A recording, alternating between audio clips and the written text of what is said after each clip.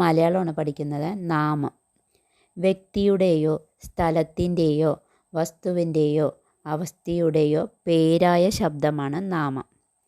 ഇപ്പോൾ വ്യക്തിയാണെങ്കിൽ രാമൻ എന്ന് പറയാം, എക്സാമ്പിൾ. സ്ഥലം പാലക്കാട്. ഇപ്പോൾ വസ്തുവാണെങ്കിൽ ഡെസ്ക്, ബെഞ്ച്, അങ്ങനെ പറയാം. ഇപ്പോൾ അവസ്ഥ സുഖം, ദുഃഖം, ഇതാണ് കേട്ടോ. നാമത്തെ പ്രധാനമായും 3ആയി തരംതിരിക്കാം. ഒന്നാമത്തത് ദ്രവ്യനാമം, 2 ക്രിയാനാമം, 3 ഗുണനാമം. ദ്രവ്യനാമം ജീവൻ ഉള്ളതും ജീവനില്ലാത്തതുമായ വസ്തുക്കളെ കുറിക്കുന്ന നാമമാണ് ദ്രവ്യനാമം. ഉദാഹരണം പേന, പെൻസിൽ, സംഗീതം, അങ്ങനെ പറയാം. ക്രിയാനാമം ക്രിയയിൽ നിന്നുണ്ടാകുന്ന നാമമാണ് ക്രിയാനാമം. നടക്കുക എന്ന ക്രിയയിൽ നിന്നുണ്ടായ നാമമാണ് നടത്തം.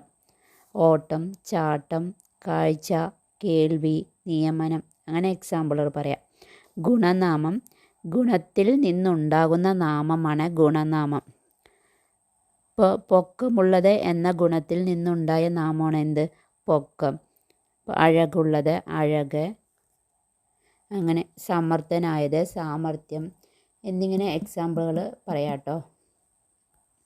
ദ്രവ്യനാമത്തെ 4ആയി തരംതിരിക്കാം. 1 സംജ്ഞാനാമം, 2 സാമാന്യനാമം, 3 മേയനാമം, 4 സർവനാമം. സംജ്ഞാനാമം സംജ്ഞം പറഞ്ഞാൽ ഏകം, അങ്ങനെ പറയാം കേട്ടോ. പേര്, അങ്ങനെയൊക്കെ പറയാം. ജീവനുള്ളതും ജീവനില്ലാത്തതുമായ ഏതെങ്കിലും ഒരു വസ്തുവിനെ കുറിക്കുന്ന നാമമാണ് സംജ്ഞാനാമം. പേന, പെൻസിൽ, പുസ്തകം, അങ്ങനെ പറയാം.